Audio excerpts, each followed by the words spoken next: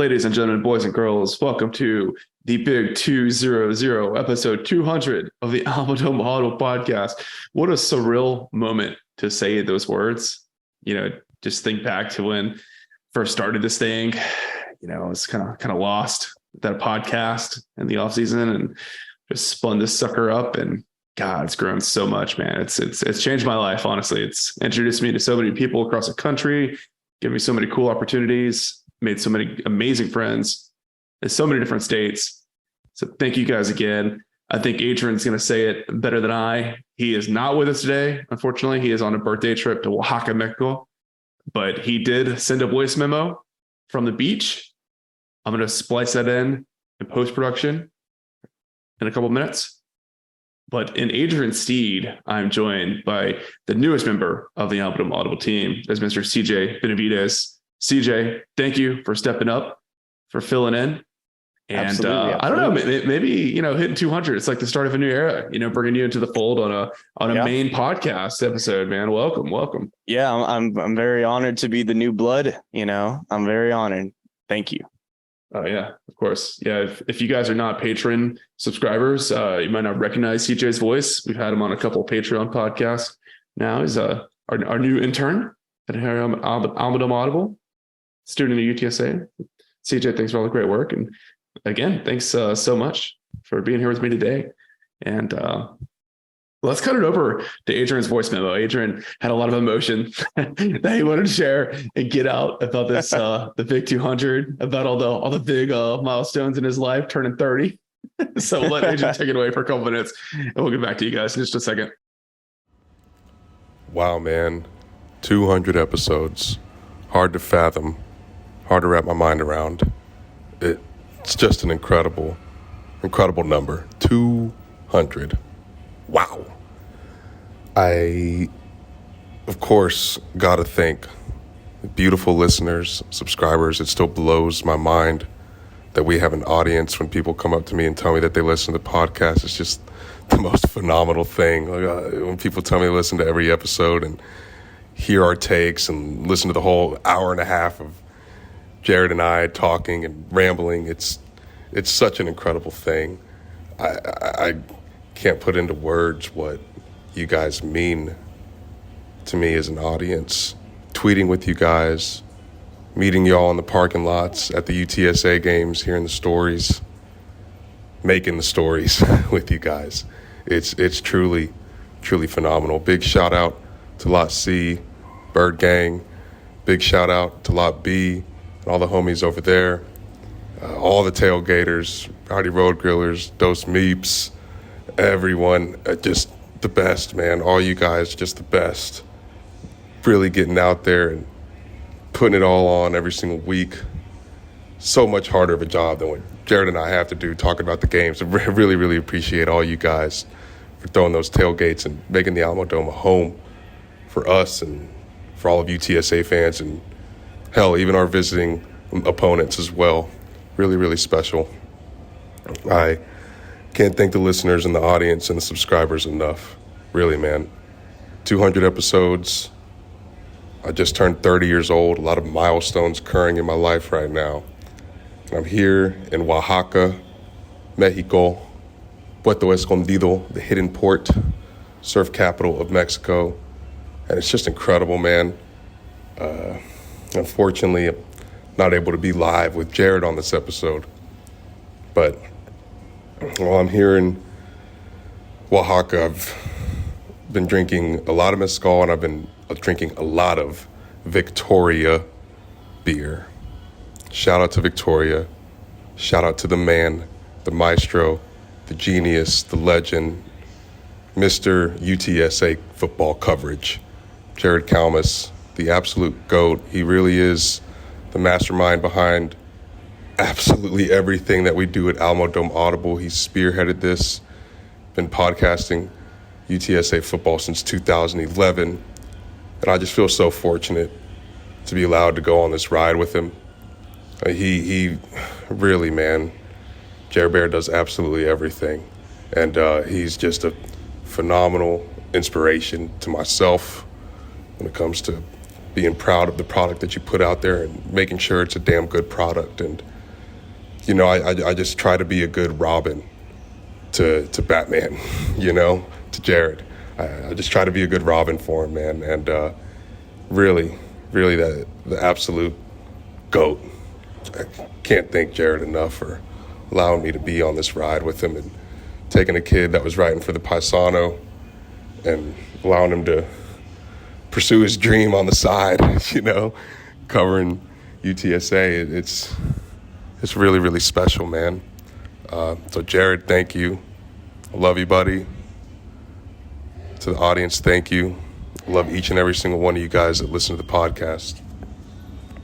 And the last 2 years have been so extremely special for UTSA football. I really hope that you guys are appreciating every single Saturday, every single pass that Frank Harris completes, every single run that Brennan Brady and Kavorian Barnes go on, and every single yard that we gain, every single point that we score. It's so phenomenal to be on this run and to watch this team grow through the great years at the start to the rough years in the middle, and now to being the reigning conference champs in quest to defend the title back at home in the Dome again.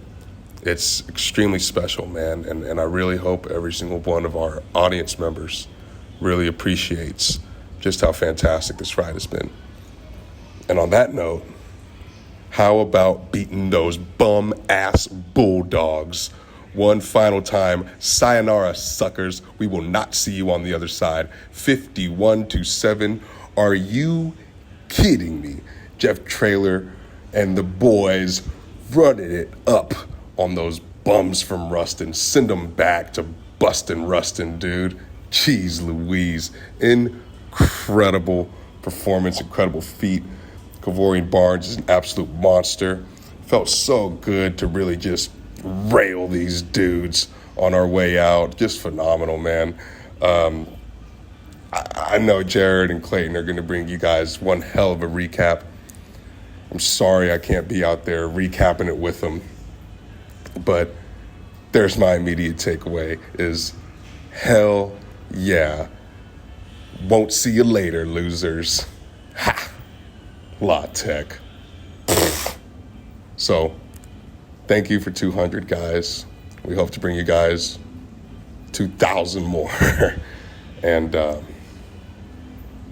Dome heads, keep rocking with us. We've got so much more to keep bringing you guys.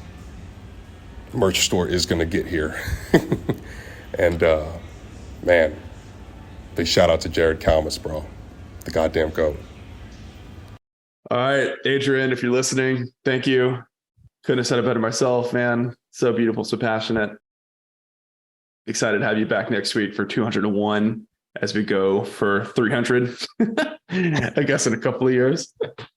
And, of course, just as we thank all of you guys for listening to 200 episodes. God, I wonder if anyone's listened to all 200 straight. That'd be something. But special thank you to everyone who supports us on Patreon and keeps this thing in motion, keeps us operational, growing, expanding, doing big things. That includes our two newest subscribers on Patreon, Spencer Macbeth at the Insider tier and Chris Silsby at the Booster tier. Thank you very much to both of you guys. And thank you, as always, to our big money donors, Ben Tobar, Rick Cortez of Rowdy Road Grillers, the Bunch family, Zach Espericueta and the San Antonio Podcast Network, Brandon Padron, and our Board of Trustees members, Digiteek, John Alwell, Lino Perez of Los Dos Rowdy's Tailgating, Gary and Ruben representing the UTSA Bird Gang Tailgate, Brave Redding and Meet Me Apparel, Brandon Grell and the Grell Realty Group, and Andy Elizalde and Proficient Benefits. Oh man, I always trip up on that one. Proficient Benefit Solutions. Got it. So thank you guys all once again. Very excited to be here for the big 200. And CJ, let's just go ahead and get right into it, man. UTSA. Oh, maybe man. The best performance of the season. Absolutely. Hey, we came out swinging, and it was an absolute jaw-dropping performance we did on this 51-7 final. It was absolutely astonishing, actually. I cannot, express in words how exciting it was to see UTSA just dominate the line of scrimmage on both sides of the ball and, get the job done. Yeah, I think we all felt like UTSA had this kind of performance in them. I just thought it would happen a lot earlier in the season. I thought UTSA had suffered too many injuries. They had too many player movements. I guess a lot of the guys that were out for the UAB game had the flu, so they've been dealing with the flu inside the race facility as well. So for this performance to come when it did, with the players that contributed to it, some not as well known names making some big plays in this one, generating some turnovers, it was just really cool to see. And I think it not only shows the talent that UTSA has, on the two deep, but it also shows the depth, right? I think it shows the talent up and down the roster, and it shows that the future is really, really bright for this team. It's like every week we see a little bit more of a flash towards the future of what this team's going to look like in the American Athletic Conference. So just a really reassuring performance that caught me by surprise a little bit, to be honest, even though I did predict a big win for the Roadrunners. Oh yeah. And that play that started off that fumble where we got the ball back, because the running back need the football. I believe you need the football. And UTSA got the ball back on their line of scrimmage. And I think that really I don't know, when I was watching the game, it looked like Louisiana Tech's playing, they were a little timid. Their offensive line isn't very good. They did let up a lot of sacks this season, and you could, I'm not just saying this, like you could look this up. Each quarterback that has played this season has been sacked before this very season. And I don't know. It looked like they were playing timid majority of the game. And that turnover was really, I think, what really lit a fire underneath us. Mm-hmm. And we just came out shooting and gunning. Louisiana Tech was moving the ball on that first drive until that fumble. Yeah. That's kind of what I expected to see, is they would really not stop UTSA much on the defensive side of the ball, but I did think they would put some points up. So that first drive, that's kind of what my head was thinking, is okay, this is going to be, like a 42 to 21 kind of win for the Roadrunners. Yeah. Just based off the way they moved the ball in that first drive. But yeah, I agree with you. I think that turnover just really shook the confidence of the freshman quarterback, Liddy. Mm-hmm. I love that name. Some great NIL opportunities. It's an interesting name, that's for sure. I know they don't have any clubs in Ruston, but if they did, they could be like, "Oh, come get Liddy with Liddy at the club in Ruston tonight." Yes, that is a good catch. Maybe the kids drive to Shreveport to go to the club. I don't know. That's a scary thought. Last time that we played Louisiana Tech, so I guess I got to get my shots in while I can. Got accused of one on Twitter this week, but I firmly believe, man, this Louisiana Tech roster is fallen from grace. They were not a good team whatsoever. Mm-hmm. I guess my perception of that team changes a little bit if their quarterbacks were healthy, because the Smoke Harris and Trey Harris receivers probably pop a little bit more with some above average quarterback play.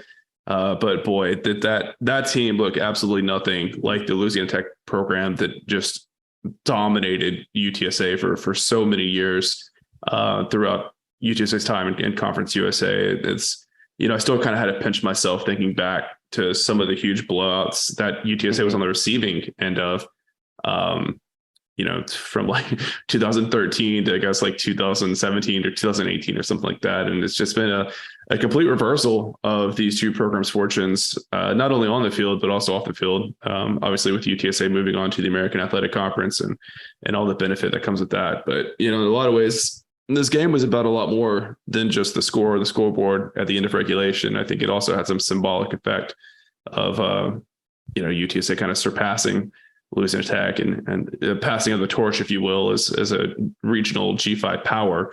Because Louisiana Tech sure took it to UTSA and most of Conference USA for a really long time. And I think they're going to get back to that point in the new Conference USA, but I think they're going to be a good 2 years out from getting to where they should be. Yeah. And, looking back at the history of, the series that we would play them, they would play us, home to home. We only had 4 wins underneath our belts against this, Louisiana Tech team. We've lost 7 times, but we've won 4, of the many matchups we've had. And, there was a win drought from 2014 to 2019 where we just couldn't beat them. Well, and it's naturally because they were just very good at that time. They were, one of the runner-ups, Conference USA title. and they were just, running the conference just right next to UAB. And, the first time we beat them was like in 2013, which was, we actually killed them like 30-10.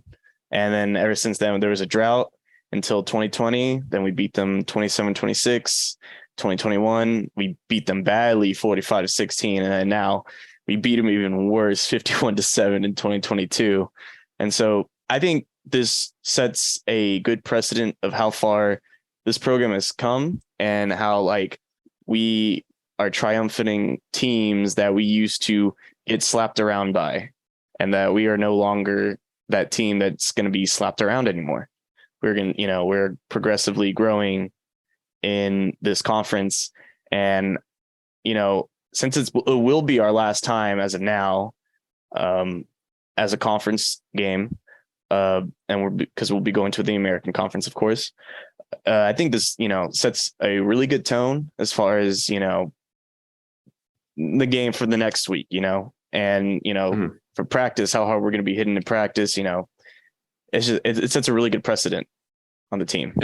And it's wild that UTSA was able to deliver a big blowout win like this. I know that Louisiana Tech has had a ton of injury issues as well, but I've been meaning to do this on the podcast for a while. I went and I made a list of players for UTSA that have at least missed one game due to injury. A lot of these guys are out for the year. A lot of them never even started their year because they were hurt in the preseason. This is like a several all-conference players, right, that have missed time this year, a lot of them for the year.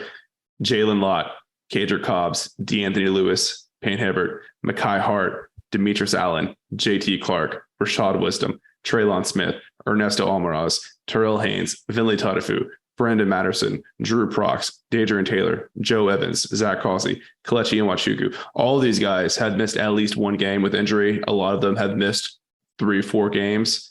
A lot of them out for the year.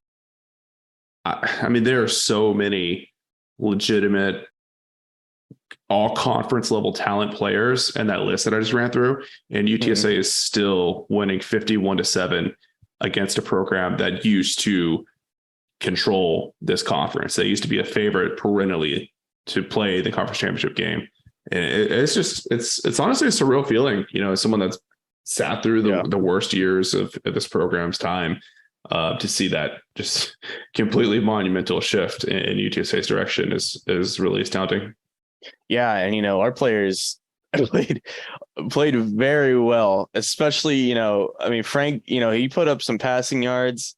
He went 18 for 26 and he had 216 passing yards, and he threw for one touchdown with a QBR of 91%. And he did have some carries. He had like 6 carries for 47 yards. So, Frank Harris is going to tear up the field with his legs too when he gets the chance.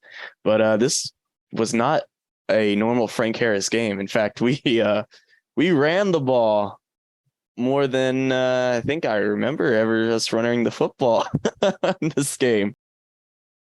Yeah, it probably was a season high in carries. I'd have to go check that to be sure. But when you have such a big lead like that, you're going to run the clock out a little bit and try to see what your reserve running backs can do. So that does make sense. But I think probably the biggest thing in the run game that changed was the ability to get like huge chunk yardage on the ground. I was not surprised to see that when I was doing kind of my analysis of Louisiana Tech. I was like, oh my gosh, dude, the run fits are awful. The physicality is awful. That's exactly what we saw last week against UTSA. I lost count of how many times I saw like 2 and sometimes even 3 Bulldog defenders plugging the same gap on defense. The guys just can't get off of blocks. Man, it was an ugly sight. Very poorly coached defense and not very talented. And UTSA was able to make the most of that. We saw Brendan Brady pick up a lot of really big runs, but of course, Kavorian Barnes was really the story of the day. 11 carries, 103 yards, a 9.4 yard per carry average with 2 touchdowns. Yeah. Goodness gracious, man. He's not the future. He is the present. Yes, absolutely. And I'm glad that, I'm glad we're giving him reps, because this is showing, what the future could be. And I think it's looking very good right now. it's always good when you give like the younger players experience, and I know this guy has the most massive talent possible, and he might be the most underrated 3-star recruit, I think, maybe in the country. I have no idea, but 11 carries for 103 rushing yards and 2 touchdowns.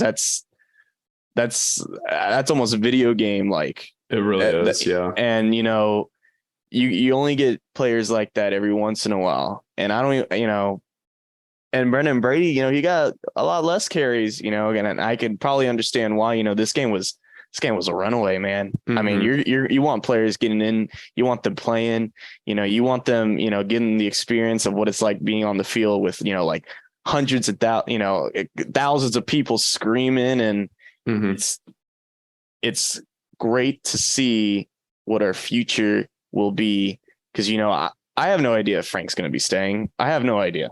I have no idea how many receivers are going to be staying. Yeah, exactly. And I don't know how many receivers are going to be staying.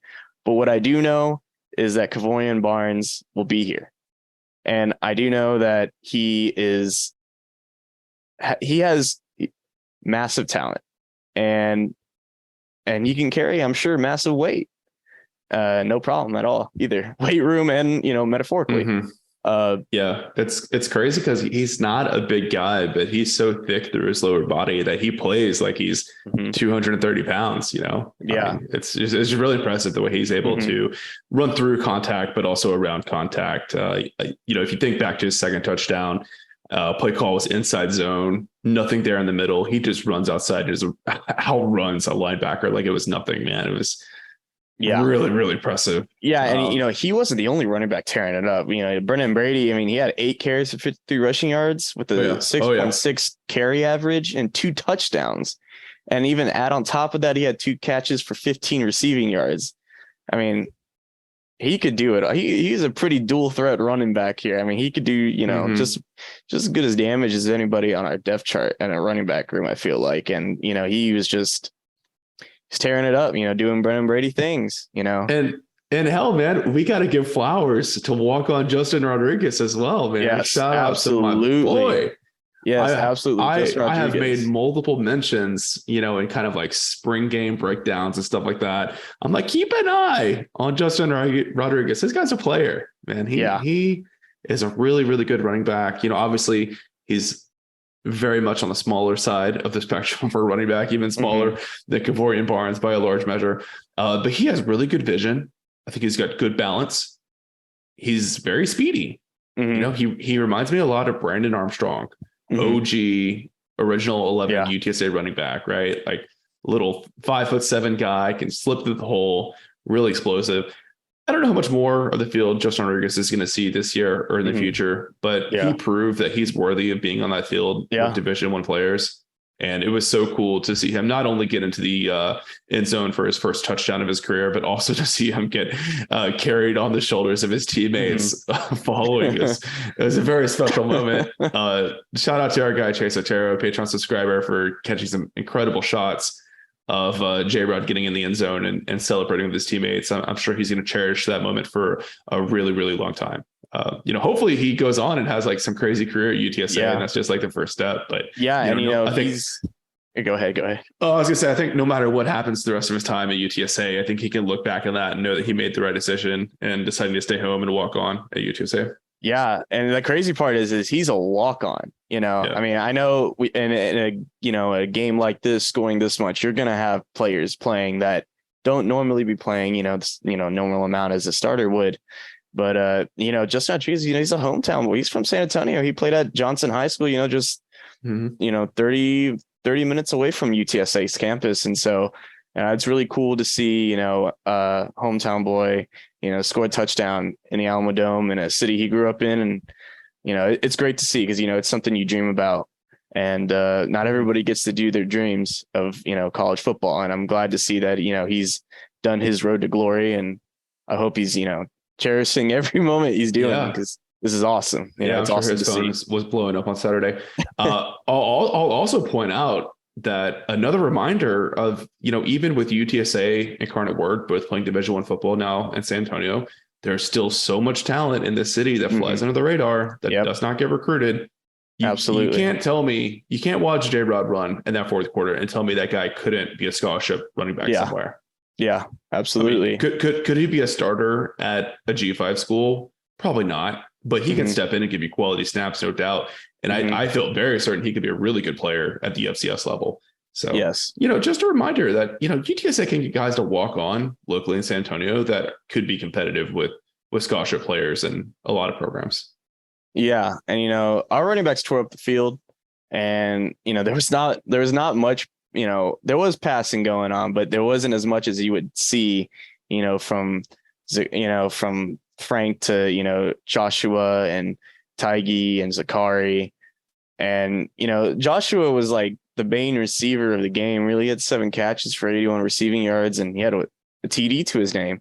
Mm-hmm. And, he was obviously, Joshua Cephas, the Blitnikoff watch list receiver. He's going to tear it up on the passing game, no doubt. Yeah, I think a lot of that was schematic. I mean, Louisiana Tech was playing with 2 high safeties, right? So they were kind of like bracketing UTSA, especially Zakari. They were bracketing him. But Josh on the other side of the field as well, to just try to take away the 2 remaining of the big 3 with JT unfortunately out for the season. So, UTSA just took what the defense gave them and they worked those short routes. Josh's touchdown was a thing of beauty, bringing him in motion and having him run that drag route on a run pass option right there in the red zone. Just such a beautiful and clever way to get him open for an easy score. A lot of screen pass work that was really successful because the receivers were selfless and they blocked for their teammates and led those guys to make really big explosive plays without, the risk of Frank having to throw deep and risk a tip ball interception or something crazy like that. So I was just really impressed with the selflessness of the receivers, especially Zakari. I don't know how many targets Zakari had. It sure felt like the least of the year, but he was out there blocking his butt off, man. It was fun to watch. Yeah, I mean, he recorded, 3 catches and it was only 23 receiving yards. And I think that might have been his career lowest, I feel like. It could be, yeah. This dude, he puts up, some serious, damage on defenses. And I don't know. It's just like when you look at Louisiana Tech's defense, it looked like they were way more prepared maybe for the pass than they were for the run. And so when we ran, I literally just caught them off guard and they seemed more ready for the pass when you watch, when you watch the tape back a little bit. And, I understand that Louisiana Tech's defense is not as good as it probably used to be. So, I mean, maybe they're just bad all around, but I'm going to give them the benefit of the doubt and say that they were more prepared for the pass than they were for the run, which is, understandable. When you focus on one thing more than the other, you're not going to get a good outcome. So, I mean, and it showed, Kavorian Barnes, obviously, and Brennan Brady, and even the walk on Justin, and Rodriguez, Justin Rodriguez, they all got TDs. So, I mean, if that doesn't scream, not ready for run game, I'm not too sure what does. Yeah. How about this? Who would have thought coming into this game that Gavin Sharp would have twice as many receiving yards as Akari Franklin? Yeah, man. What a shocker. Yeah, absolutely. And, I really thought Oscar was going to get the ball a lot this game. And he really didn't get the ball.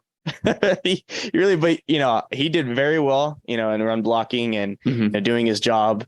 But yeah, Gavin Sharp, he's stepping up. He's becoming, a big, receiving name too. And maybe somewhere down the line we run a 2 tight end set, more often, possibly. Yeah, I'm not too sure. I think they ran a pretty good amount of that against Louisiana Tech, and I think that also benefited the run game a lot.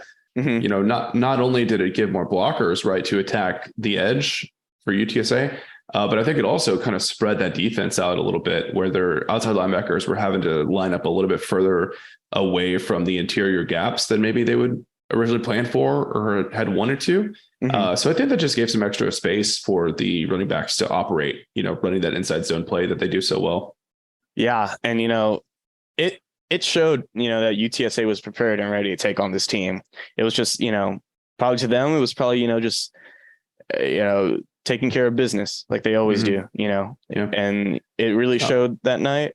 And so it was really remarkable to watch. No, speaking of blocking, I do want to give a huge shout out to the offensive line. I was a little bit shocked when listening to Coach Traylor's media roundtable this morning, where he said he felt like the offensive line took a step back last week compared to the UAB game. That really caught me by surprise because I'm usually pretty critical of offensive line play, right? You know, I break that stuff down a lot. You know, I love watching the big nasties do their job, and I was in awe of the way they were able to control the line of scrimmage, push the Bulldogs defensive front down the field. Just a huge difference in physicality between those two offensive lines. So I think that maybe Coach Traylor's just raised his expectations for this offensive line. Yeah, which is incredible, you know, after all they've been through. But three guys that I want to call in particular, which ties in really nicely to the point you were making earlier about you kind of seeing the future start to develop. All three of these guys are probably going to be back and starting next year.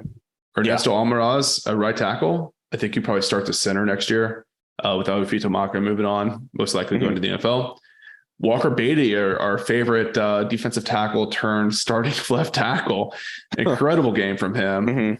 And then Payne Hebert, the Northwestern transfer, finally getting on the field, getting healthy, and just bullying guys out there, man. Yeah. He was a man amongst boys. Louisiana Tech just could not handle his size, his strength, his physicality. And there were a lot of plays, you know, I've been saying this all year, right? But there were a lot of plays where Frank pulled the ball out on a run pass option to throw the ball downfield. But then if you like freeze the frame and you look at where the offensive linemen were standing at when Frank let go of the ball, it's like, okay, that's an easy 5+ yards for the running back if Frank were to hand it off. Yeah, man, I'm in awe that this offensive line is playing as well as they are with all that they've been through. And just a huge shout out to this coaching job from Matt Maddox and Kurt Traylor, getting these guys coached up. Not sometimes moving from defense to offense, but also the guys that are on the offense just moving positions and moving around, you know. Not one of those three guys are playing the role that they thought they were going to play in the offseason. No, yeah, absolutely. And it shows, you know, the versatility of, you know, our offensive linemen saying that they can play more than one position, which is, you know, for NFL teams, that's almost, you know, a gold nugget, you know, in a cave. That's, you know, you want players who are as versatile as, you know, players that are stepping up like ours to be that way. You know, you would think that, you know, I would have never thought, you know, we would be having as insane of injuries on the offensive line as we've had, but it's awesome to see people step up and, you know, be the next man up and do their job, you know, and build that depth moving forward too. Is so huge. So huge. And, you know, props to the recruiting team too, from, you know, hunting that transfer portal, dude, because they got some boys, you know, they came in, they're doing the job, and it's showing. It's really showing. And it's really awesome to see. Yeah. Any other guys on the offense that you wanted to shout out before we went into the defense? No, I think we should get into defense, because defense, oh my goodness, defense did very, very well. It really did. Yeah, I think it's a natural instinct to look at all the touchdowns in a blowout like this and be like, oh yeah, the offense was amazing. They scored 51 points. But if you look at the drives, man, UTSA started with like crazy good field position on like half of their drives because the defense was either getting 3rd, 4th down stops or generating turnovers. I think they had 5 takeaways. I think they had 5 turnovers and then they had 4 4th down stops. Louisiana Tech was 0-4 on 4th down. So that's like 9 takeaways for the defense, if you think of it that way. Freaking believable. Yeah, unreal. And the crazy thing is, I think coming into this game, we all thought that UTSA's defense was going to excel by getting a lot of sacks on the quarterback for Louisiana Tech. And that wasn't so much the case. I mean, they got good pressure. They typically only rushed 3 or 4 guys. They were able to get to Liddy, to kind of force them to make some bad plays. But the sack total wasn't quite what I expected. You know, if you would have seen on paper it was going to be a 51-7 game, you know, you probably would have guessed that UTSA would have had 5-6 sacks, right? Yeah. Because on paper, their offensive line is, I don't want to be mean, but I'm just going to say they're horrendous in the sack realm. And, you know, it's really scary to see, because when you look at the QB who's been sacked the most, which is the one who I believe who played, I think he's been the one that was sacked the most. Correct me if I'm wrong. All these QBs have been sacked numerous of times, not just once. I believe more than twice. And it is absolutely crazy to see the numbers of sacks in this UTSA game compared to like the season in total LA Tech has had to endure. And we only get, maybe only like a couple sacks and not even I want to say like 2 off the top of my head. Mhm. I don't have that stat pulled up in front of me right now, but I guess what made the difference is when UTSA did get to Liddy, they made it count, right? Yeah. Clear example of that, Trey Moore getting a strip sack, I think in the third quarter and recovering it. The crazy thing was he wasn't even blitzing on that play. Like he was playing the run and then he saw that Liddy was like looking downfield, was looking in the wrong direction. And Trey Moore just annihilated him. What a freaking game from Trey Moore. The guy's a freshman All-American. I was screaming. I was like, get that ball out of his hands, take it to the house. Oh my gosh. But I know the excitement probably got the better of it. He was like, oh my God, I didn't think this was going to happen. I didn't even consider the fact that he could have easily returned that ball. Yeah. I thought he was going to cleanly take it. It's like Indiana Jones taking the idol off the podium. Like I thought he was going to cleanly take it off and then run back to the house. I was like, oh my God, that would have been dirty. But I'm never going to complain when the defense just falls on the ball, secures it, gets the turnover. But man, it would have been so sick to see a freshman, linebacker take it. It would have been like an 80-yard touchdown return, I think it would have been. Mm-hmm. Yeah, dude. Oh my God, that would have been awesome to see. But you know what? I'm very grateful that the defense was noticeable, fell on the ball, and gave the ball back to the offense, who in return would go down the field and score. To me, I think the biggest difference, obviously, like we said, UTSA won in the trenches on both sides of the ball. But what really popped out at me for the first or second time this year, I think the Texas game, we also saw a lot of this, was just the sheer physicality that UTSA played with on defense was really that's what a winning defense looks like, right? Yeah, like absolutely. They're in control, but they're hitting hard. They're playing within themselves. They're not committing stupid penalties, but they are making their presence felt and making their presence known. And they're having that psychological effect on the offense, right? Yeah. There was one drop. I can't remember who it was, but there's one drop from Louisiana Tech that I was thinking to myself, he was worried about getting hit, right? Yeah. And we haven't seen that from UTSA very much this year. No, yeah. And, the defense is playing very, very, overall as a season overall, in my opinion, defense, they have stepped up from mid-season to now. Our defense has dramatically improved, and I don't know where it came from, but I need more of it. But it is absolutely insane how our defense is playing right now. And before, Houston game, I was like, oh my gosh, man, this defense, we need so many things to work on. I didn't hold it against him. It's the first game, it's against Houston, but geez, man, I'm very glad our defense has come a long, long way because 3 players on our team got picks this game, 3 players in this game. And that has not happened through this entire season until now. And they must have dropped 2 or 3 other ones. I know Jamal Ligon had one that he tipped that, he had a chance to catch. And who's the one that had, it was like before Chapman got his pick, someone else had one and dropped it. Well, I do remember this one distinctly because I was like, in no way did this just happen, but I believe it was DB, the defensive back, Dwayne Griffin, who got the pick and then fumbled the ball. And I was like, oh my God, bro. I was like, oh man, that was such a good pick. But you know what? I'm just glad that these defensive backs are getting familiar with touching the ball because that wasn't the case this beginning of this season. And even maybe in the mid-season wasn't even the case of interceptions happening. And I'm glad that they're getting in the groove of it because around this time now is where we're going to start needing to grind out these games because this upcoming game this week against Rice, we need to start grinding stuff up because the conference championship's coming up soon.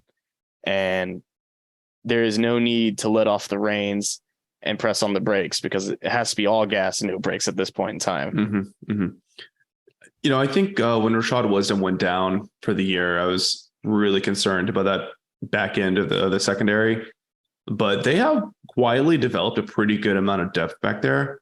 And I guess when you look at the stat sheet, it's not really going to pop out at you. But when you look at the snap counts and think of okay, I didn't see that guy give up a touchdown.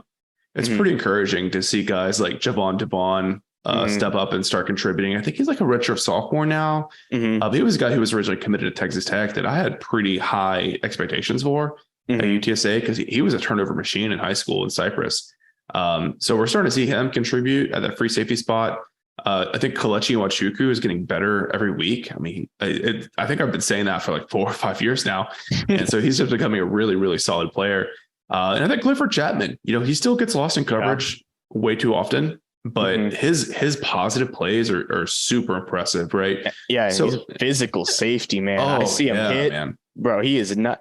Let me say this defense in no way looks like they are playing like they are scared to hit. They will pound you, and it doesn't matter if it's a close game.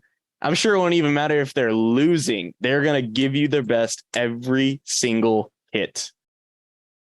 Anyone else on the defense that we didn't miss that had a great game? Jamal Lincoln impressed me a lot. I thought that might have been his best game of the year. Yeah, absolutely. That's kind of tough. I mean, they were rotating guys so much. Cyrus Simon. Buddy, yes, laid a running back out on third down, and then Trey Moore turns around and gets the big hit right after that for the 4th down stop. Yes, that was a very, very impressive sequence. Man, it got me hyped, dude. Love seeing hits like that. That's what makes it feel like it's still football when you see hits like that. It's just, oh man, it's beautiful. It's beautiful. Yeah. All clean hits too. Shout out to Avery Morris for lining up the losing Tech quarterback, and I guess he did draw a flag for targeting, but it was waved away correctly. Great I believe so. I believe so. Good, safe, clean hit. Yeah. Oh yeah. For sure. It's just, wow. You don't.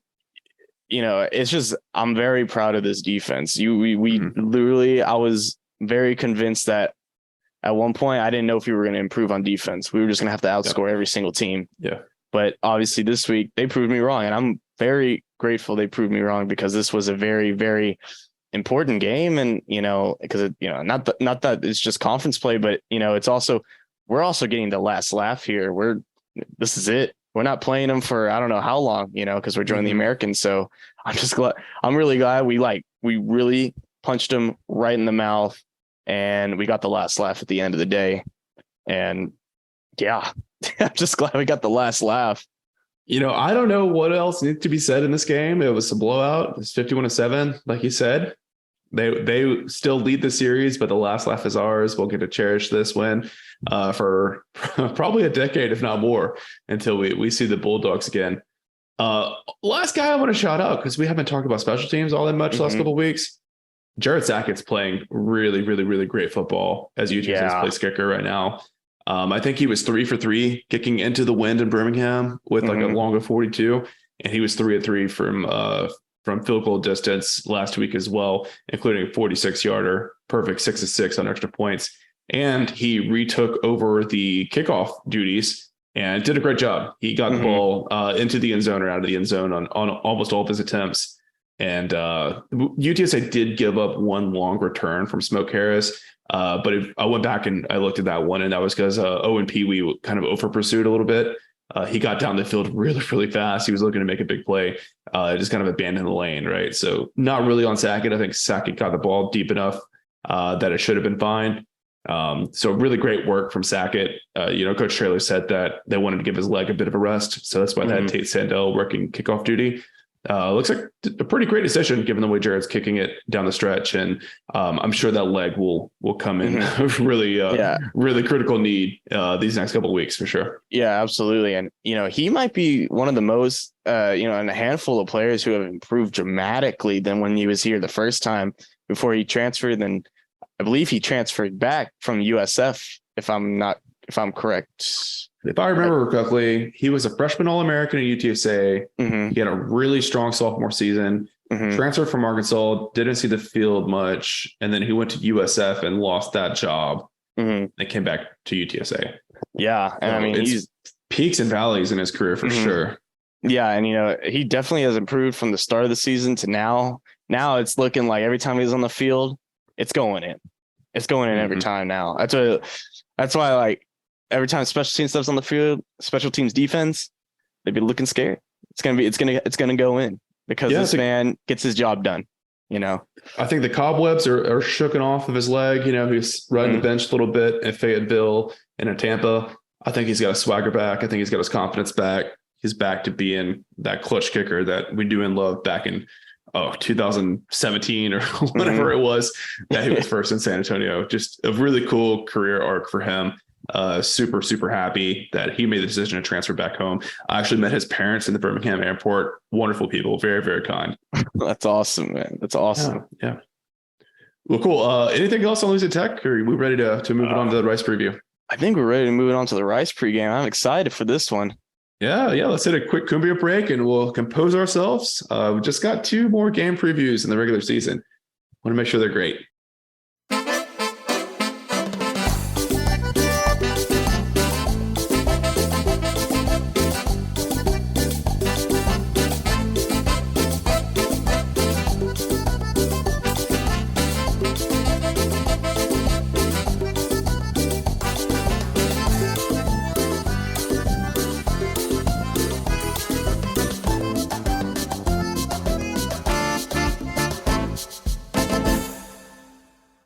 All right, CJ, the time has come for a critical preview of the game against Rice.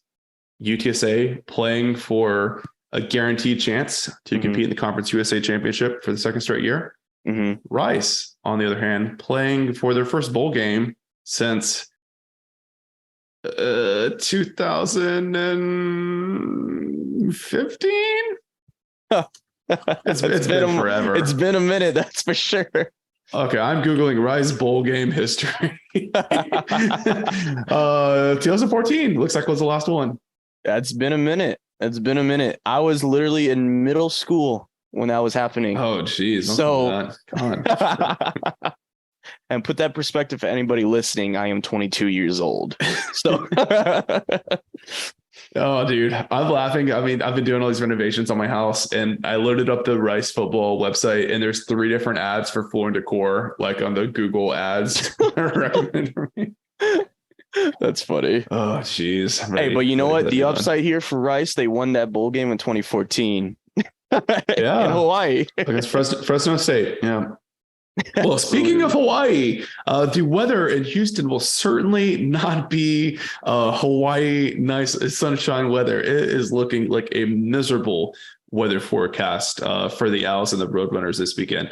Let me pull up what we're dealing with here. Last I checked, it was quite gnarly. It's looking a little bit better. A low of 42 with precipitation. Oh, God, help me out, man. Precipitation. Thank you. Of the 30 to 40%. So it's going to be cold. It's going to be drizzly. There's going to be a bit of rain. It is very much going to give the same vibe of that game in Denton last year. And I hate to bring up a sore subject. Going to be another chance for UTSA to prove that the trapezoid will travel.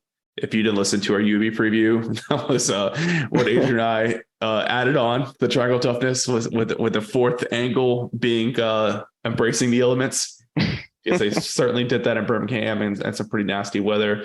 But I think this is even more of an imposing challenge with the coldness factored into it as well.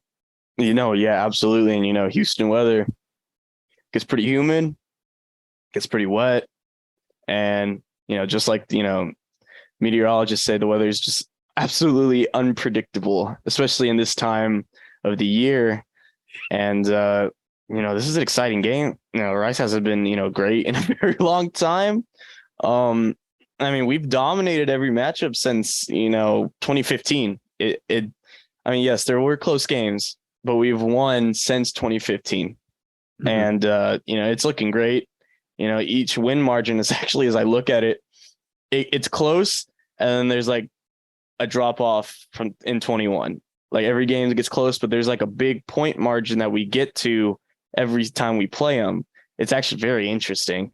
But ever since the first 3 years when we started playing FBS football, they were beating us. For the first 3 years, 2012. I vividly remember talking with my friends at that time and be like, if we could just find a way to beat Rice, things are going to start to change for this program. And that's kind of how it turned out. UTSA just started recruiting at a higher level. Rice did not do that. Mm-hmm. And that extra win that UTSA got every year from beating Rice was the difference for UTSA getting to some of their bowl games and, just started to get a little bit more respect and notoriety around the state, I guess. I wouldn't say you have to beat the best to be the best when we're talking about Rice, but I think you have to beat a team that's more well-known to start getting respect from people outside of the program. So I think turning the corner against Rice was the first baby step towards this program getting to where it is now. Yeah. And, let's be the best, college in Texas, let's do it, because honestly, not right now, we're looking pretty good. It seems to be, besides TCU at the moment. Oh man, it is crazy. It is crazy. It is a crazy time in college football. But I will say, we do also run the series at the moment with Rice. We played them 9 times. We've only lost 3, and we've won the majority of 6 games.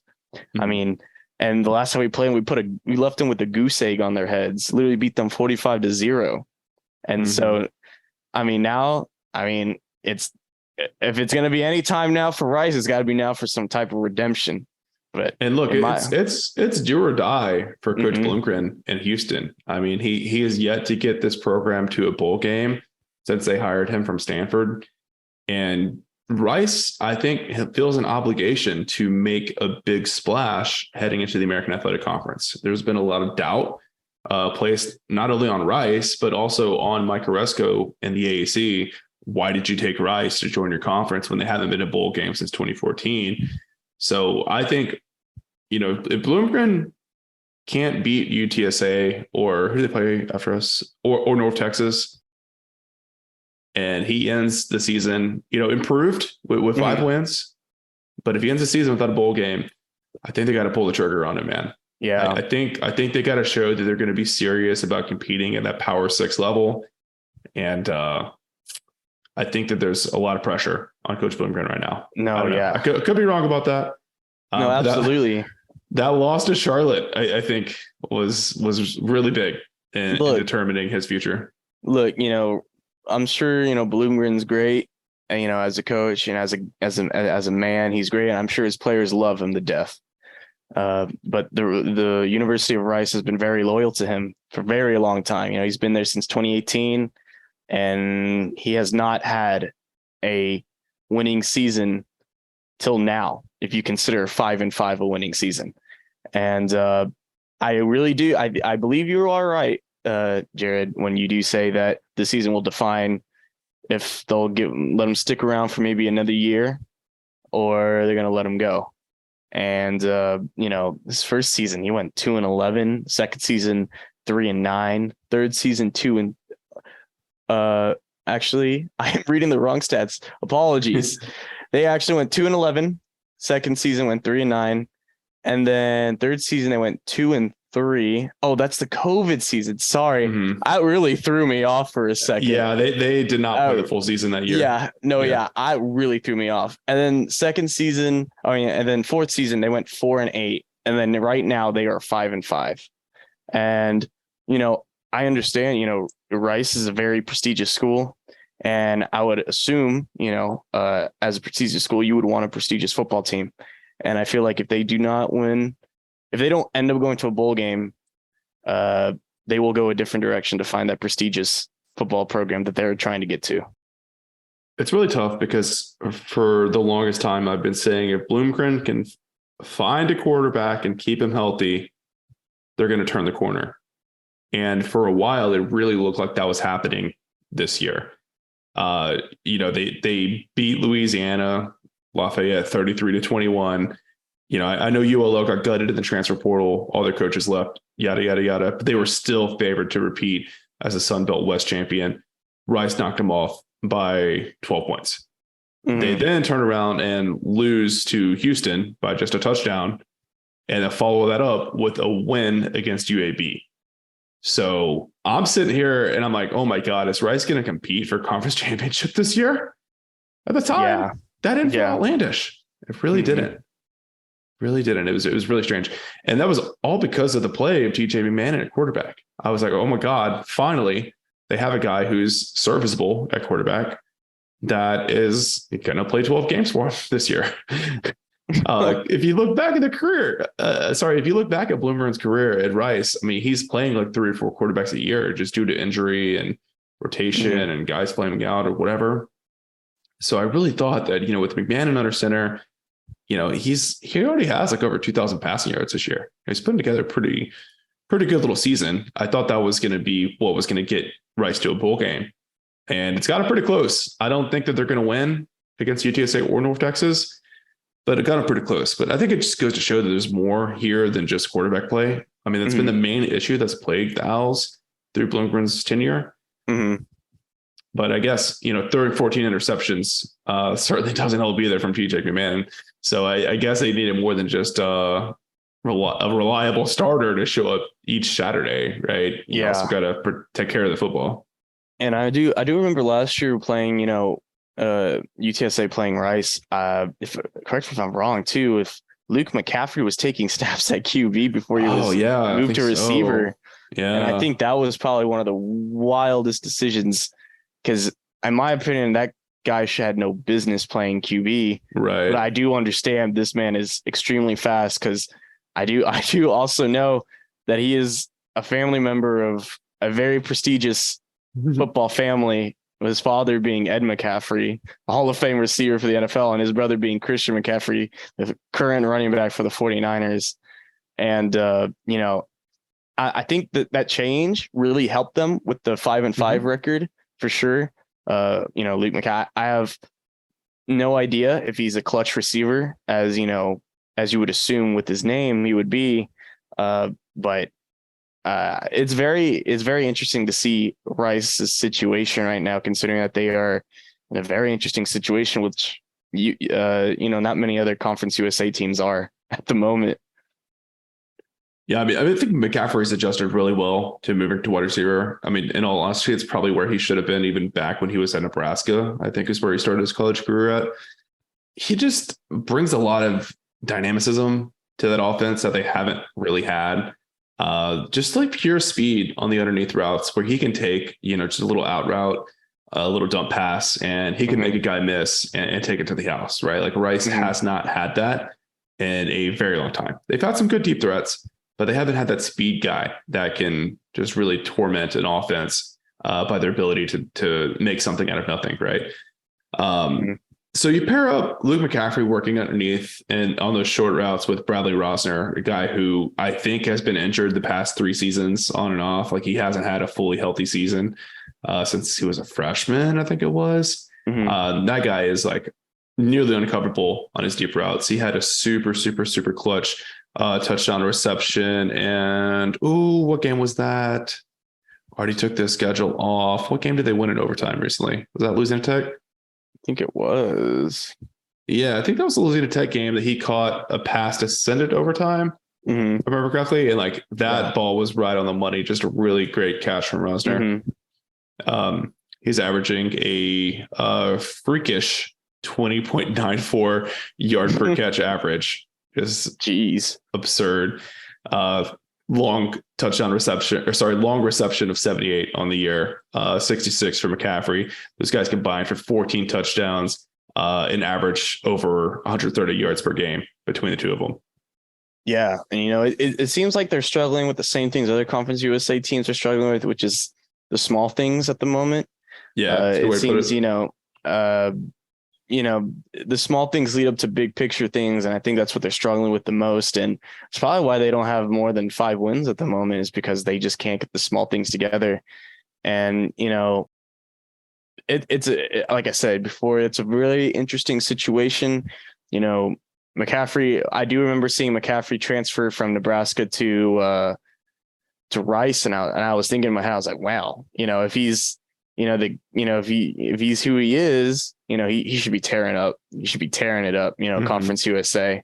But, obviously it's, not the case at the moment. But, this game, it might be maybe, in the top 5 of UTSA's toughest games, this might be up there, as far as conference play goes. Yeah, it's been a fairly light schedule for UTSA. I think the other thing, you talk about the small things. I think the pass blocking for the Rice offensive line this year has been really underwhelming. They have a tackle, Ethan Onaniwa. I don't know if I pronounced that right or not, but he's allowed 8 sacks alone this year. Jeez.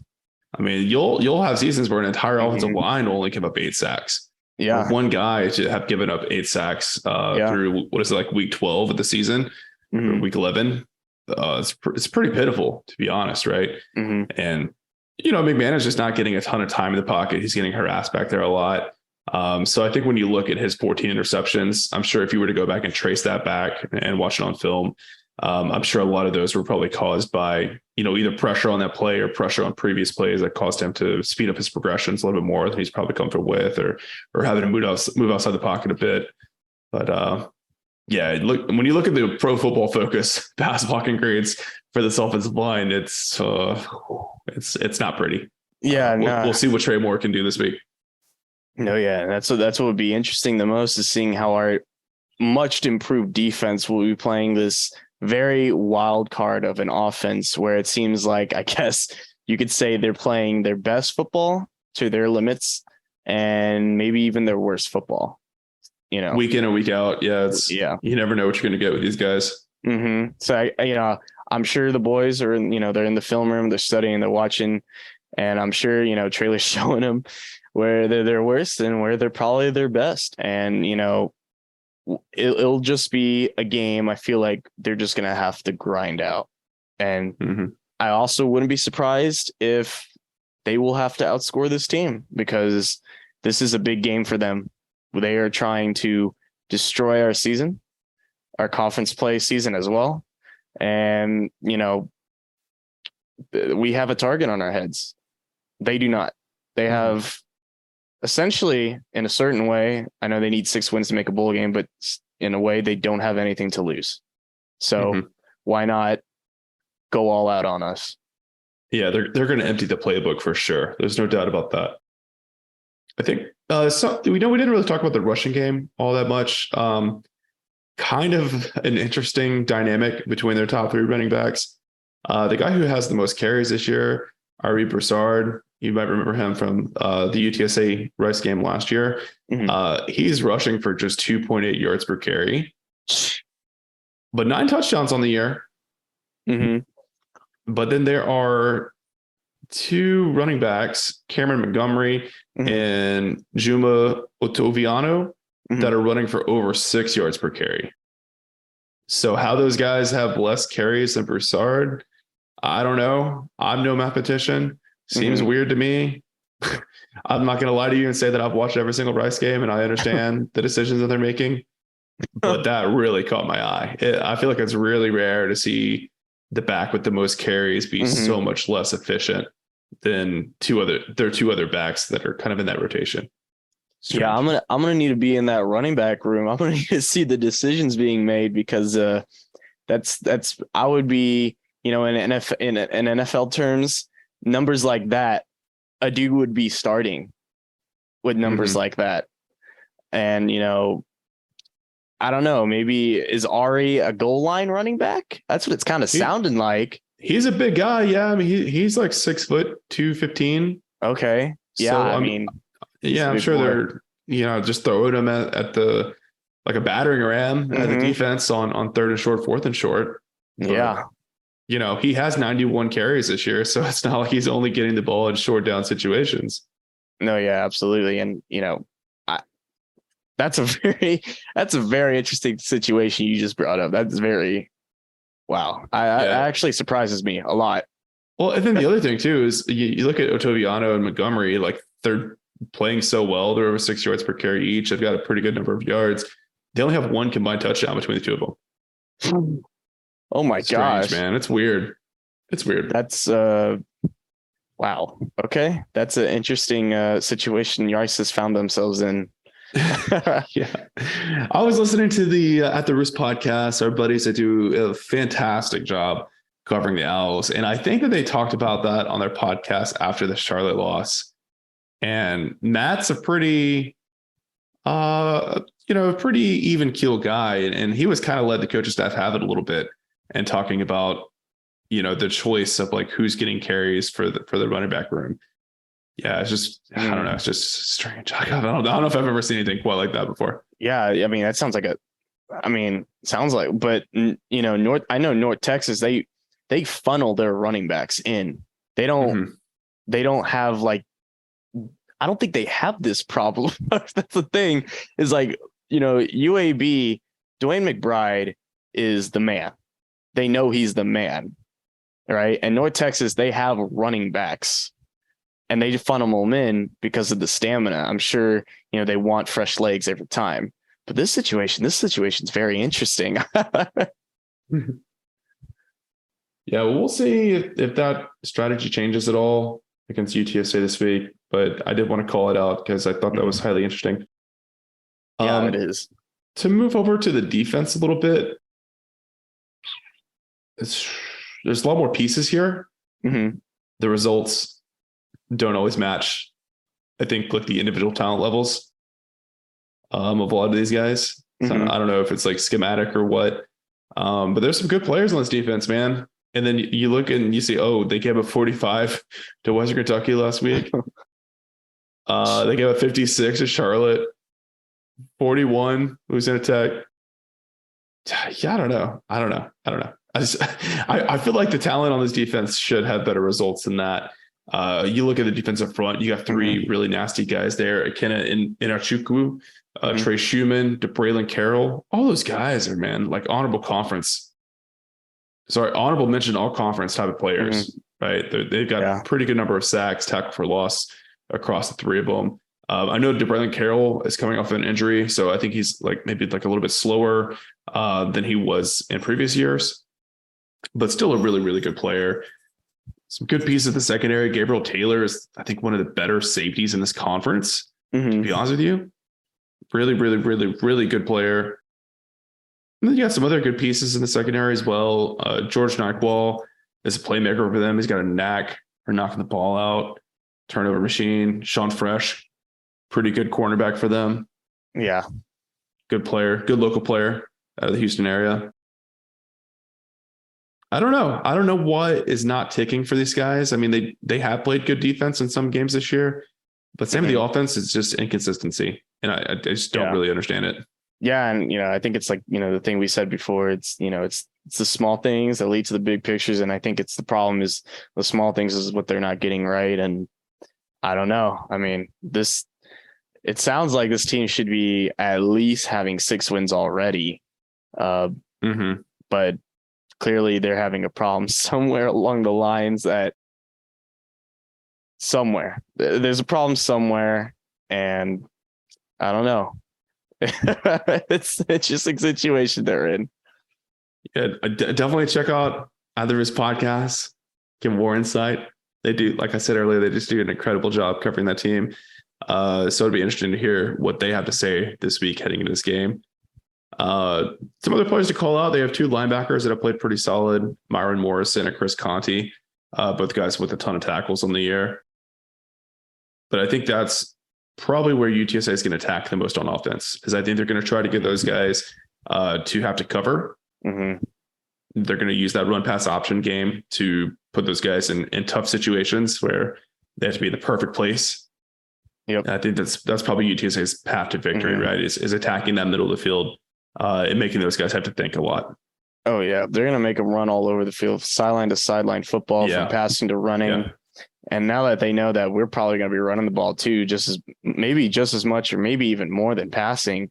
Yeah. And they got a lot on their plate. The rain might dictate it too, Oh yeah, absolutely. Yeah. Yeah, for sure. And it's going to be a battle. It's going to be a hard-nosed football battle. And it's going to be interesting to see for sure. Yeah. So while the weather might not inspire a lot of optimism to go out on Saturday morning and have a great time at this game, I would love to see several thousand Roadrunner fans take over Rice Stadium and make it a home game for the Roadrunners. We've done it so many times in the past. I think it's been a while since we had a non-COVID game in Rice Stadium, if I remember correctly. So I would love to see not only the local alumni and fans in the Houston area go out and support the team, I want to see you guys from San Antonio make the trip, right? Because UTSA is playing for a berth in the conference championship game. Critical game. And it's going to be good football. I know UTSA is heavily favored, but I think Rice has a lot to play for right now. And I think they're going to have a really spirited performance. They are 4-1 at home this year. So they do play pretty well in Rice Stadium relative to on the road. Yeah. And, UTSA is going to, bring their best, I'm sure, no matter what the weather dictates. But, UTSA is first in their conference. And, they want to keep it that way. And I'm sure they probably will, in my opinion. It's just, Rice it looks like they could play their best and they could play their worst. You just really will not know about this wild card juggernaut team because, UTSA is averaging, 38 points a game. This offense is ranked 10th in the nation in total offense. And, their defense is going to have to step up. And I really, really want to know what the weather's going to be like because that will affect, UTSA's offensive, functions, especially when it comes to passing. And that'll be very interesting to see just how we're going to adapt to them and they're going to adapt to us. Yeah. Something I didn't mention, maybe people picked up on this when I said that McMahon has over 2,000 passing yards this year already, but Rice is spreading it out quite a bit more than they have in the past. They're still going to do their super heavy bunch formations under center and those short down and distance scenarios. But they're playing with 3 wide receivers a lot more than I think they have for pretty much all the Bloomgren era. So I think we're going to see Rice stick to that. I think UTSA's pass defense is a little bit more questionable than the run defense. And, we've seen them give up a lot of big plays throughout the air. So it might be kind of interesting if UTSA really commits to the run and does a lot of 12 personnel. And then Rice is the one that's, running more of a spread offense and throwing the ball downfield a little bit more often. It might be kind of a reversal of what we thought we were going to see heading into this game in the preseason. So, yeah. And their offense, their offense has all the chances to score. I mean, our defense is still ranked very, very high, low in rankings in the nation. We're 102 in the nation of teams on the FBS level. And, they could give us a good game, but I think we're really going to pull it out. And I believe, are we fighting right now for a confirmed home conference championship? So there are scenarios where if UTSA wins, they would be guaranteed to host regardless of what happens in their 12th game of the year. But there are also scenarios, I think, where they would win and it still wouldn't be determined if they would be the host or not. But they for sure have to win to keep that chance alive, as far as I know. I mean, there's probably is a scenario where they could lose and still host. But you definitely want to take matters into your own hands. Absolutely. Yeah. Control your own fate, right? Yeah, absolutely. Put the work in, do it right, finish the job. Let's finish the job. And because, it's only a couple games left at this end of the season. And then you got the championship, everything they've worked for so hard for. So, let's finish it right. And, let's do it, man. I'm excited. So before we give our score predictions for the game, I just do want to let you guys know about the alumni tailgate that's happening outside of Rice Stadium Saturday morning. They'll be setting up at 9 a.m., running out until kickoff. All you can eat, all you can drink for a very modest and reasonable admission fee of $30. So I'll be out there with a bunch of friends. I know Adrian's going to be out there as well. I'm not sure if he's going to be at the tailgate. I haven't confirmed that with him, but we'll definitely be out at Rice Stadium. So if you guys are there and you see Adrian or I, please come up and say hi. We'd love to meet with you if we haven't already. Maybe share a drink or two, some high fives, some hugs, whatever. But yeah, definitely come check us out and come enjoy this game, support this team. And it's gonna be a fun game. And sometimes when the elements are bad, those are the best memories for sure. All right, CJ, it's your first score prediction on the Alabama Model podcast. The listeners will hold you to it. All right. What's it going to be, man? What's your gut telling you? All right. I think they're going to be playing in a humid type weather in Houston, and we're going to be dripped out in our awesome uniforms. And I believe we will win this game dare I say 40-17. Nice, man. Nice. I typed up my score prediction and then I said, no, that's too close. Let me reconsider. I'm going to say UTSA 28, Rice. Well, I'm going to say 19. I'm going to say 19. I'm going to say they cover. Okay. Say they cover. 28-19 Roadrunners. A little sloppy. Not the best showing. Bit of a letdown compared to last week. But the Roadrunners once again just find a way to will out a win, get it done. They dominate the trenches in the fourth quarter, get out of there with a win in front of a nice crowd of orange on that visitor side of Rice Stadium. Beautiful. Well, CJ, great job. Congratulations on your first, I guess, normal podcast episode, non-Patreon episode. So thank you once again for filling in for Adrian and joining us here. I do want to thank all of you guys for listening and subscribing on your platform of choice for your podcast aggregation. Be sure to follow us on social media at Alamodome Audible, at Alamo Audible on Twitter, because it's got to be shorter there. Long screen name, Elon doesn't like. And hopefully we'll be back this week for a bonus episode. I am traveling for work this week, so our schedule's a little bit up in the air, but I'm sure we'll figure something out for you guys. Quick shout out though, I did want to say that I did have a article go up on Underdog Dynasty this week where I did some pretty depth investigation into the UT RGV Backhanded Rules football program, which is starting up. Going to start playing 2026. So be sure to check that out. It's a lot of fun looking up all that stuff, going through their financial reports, and it looks like they're putting together a pretty nice little FCS program down there in the Valley. So be sure to check that one out. CJ, for all of our listeners that do not follow you on Twitter or on social media, where can they find you and follow you at? Y'all can find me on Instagram, Twitter, and Facebook. You just type in Clayton Benavides. I should be the first one that pops up, but in case I'm not, on Twitter, I am Clayton Jesse B. That's my @. And my Instagram is Clay J Benavides. That's also my @. And on Facebook, I should just be Clayton Benavides. And that's where y'all can find me. And thank you for having me on your 200th episode, Jared. Oh, man. 200. Yeah. That's awesome, man. That's an awesome mile marker.